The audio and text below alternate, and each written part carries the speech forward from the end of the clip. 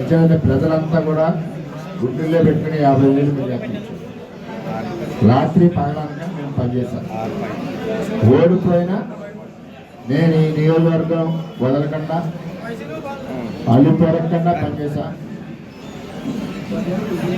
ప్రజల కష్టాల్లో ఉన్నా రైతుల కోసం పోరాడా. ప్రతిరోజు ఉదయం 7 నుంచి 10 వరకు పనిచేశాను. నేను పనిచేశాను, మా నాయకులు నేను లేదో ప్రజలు తెలుసు. నేను కష్టపడ్డానో లేదో ప్రజలు తెలుసు. నేను ఎటువంటి వ్యక్తినో ప్రజలు తెలుసు. నేను ఈ సందర్భంగా కార్యకర్తలు అందరినీ కోరేది, పవన్ కళ్యాణ్ గారికి దీనికి ఏ విధమైన సంబంధం లేదు. ఇది మన పార్టీ వ్యవహారం. చేత దయచేసి సమయంగా ఉండండి. మన వ్యక్తిని ఎవరినో కూడా గౌరవించాలి తప్పితే మనం వేరేగా మాట్లాడద్దు. అందరికీ చేతులు జోడించి నమస్కరిస్తాం.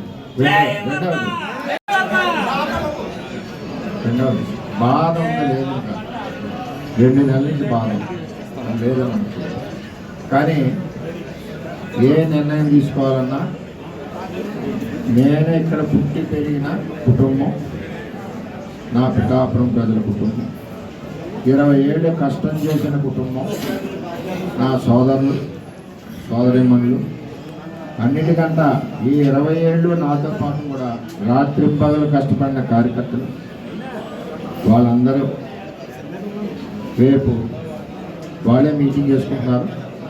నన్ను రమ్మన్నారు. వారి అభీష్టం మేరకు, ప్రజల అభీష్టం మేరకు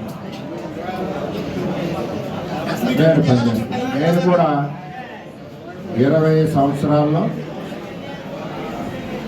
70 సంవత్సరాల వయసులో ఎంత కష్టమైతే చేస్తారో నేను 20 సంవత్సరాల్లో పార్టీకి కానీ ప్రజలకు కానీ మా పిఠాపురం కుటుంబానికి కానీ ప్రజలకు కానీ అందరికీ కూడా నేను ఎక్కడ అలిపెరగకుండా కష్టపడతాను. కరోనా వచ్చినా సరే, మా భార్య పిల్లలు భయపడినా సరే, నాకు ప్రజలే ముఖ్యమని ప్రాణాలు తెగించి తిరగడమే కాకుండా ప్రతి గ్రామం కూడా శానిటేషన్ చేశాను. ఒక లేబర్ లాగా పనిచేశాను. పట్టుకునే డ్రైవింగ్ అన్నీ కూడా